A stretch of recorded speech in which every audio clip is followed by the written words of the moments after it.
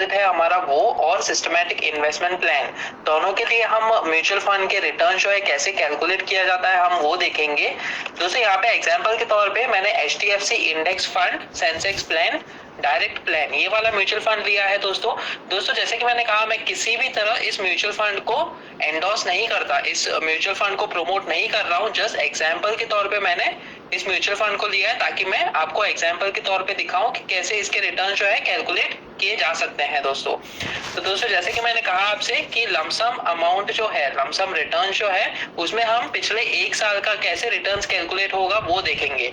तो जैसे कि आप देख सकते हो कि लास्ट 1 ईयर में अगर आपने 1 लाख रुपए का इन्वेस्टमेंट किया होता तो 1 साल के लमसम अमाउंट पे 1,10,000 रुपए का आपको पूरा का पूरा अमाउंट मिल जाता, यानी कि 10,000 रुपए का प्रॉफिट हुआ होता। और अगर आपने SIP किया होता 10,000 रुपए का मंथली SIP, जो कि होता है टोटल डिपॉजिट अमाउंट जो होता है वो होता है 1,20,000, क्योंकि साल में 12 महीने होते हैं, तो 1,20,000 रुपए के आपका जो टोटल अमाउंट हुआ होता वो होता 1,46,000। तो दोस्तों ये 26,000 रुपीज का आपको प्रॉफिट मिला होता। तो ये दोनों नंबर्स कैसे आए हैं हम ये कैलकुलेट करेंगे अपने एक्सेल फाइल के जरिए।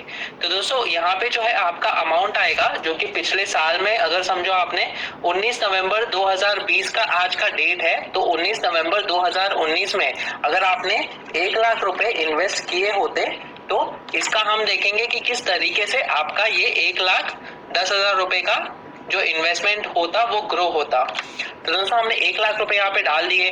अब ये जो नेव है दोस्तों ये है नेट एसेट वैल्यू, तो इसकी वैल्यू जो है हम ये ग्राफ से लेके आएंगे।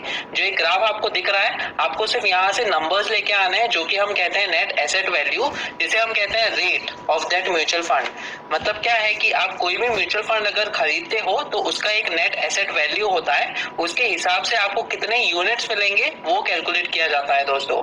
तो ये जो नेव है हमारे म्यूचुअल फंड का वो हमें देखना है 19 नवंबर 2019 के लिए कितना है।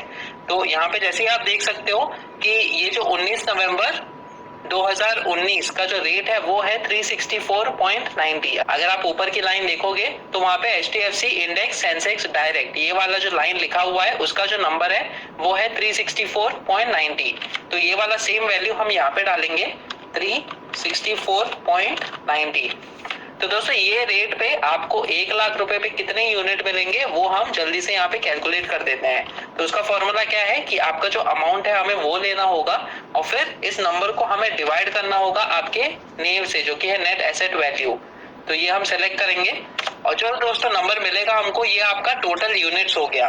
इसका मतलब क्या है कि अगर आपने 19 नवंबर 2019 में 1 लाख रुपए इन्वेस्ट करे होते तो आपको 274.048 के यूनिट्स मिले होते इस पर्टिकुलर म्यूचुअल फंड के लिए। अब दोस्तों हम क्या करेंगे कि हमें 19 नवंबर 2020 का नीव लाना होगा ताकि हमें अभी का वैल्यू पता चले।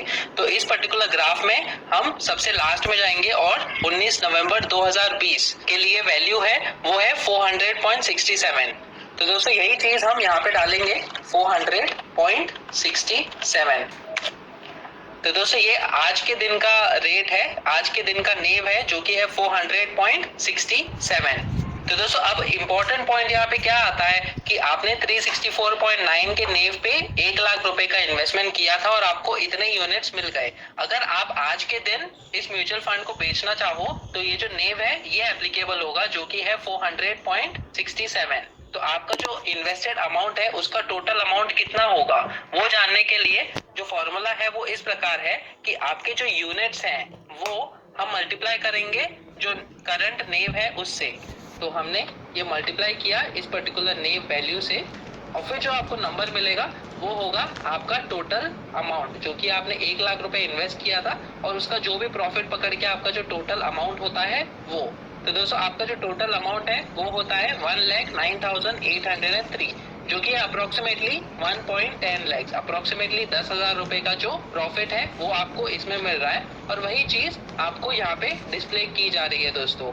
तो दोस्तों यहाँ पे मैं प्रॉफिट का भी जो फॉर्मूला है वो डाल देता हूँ।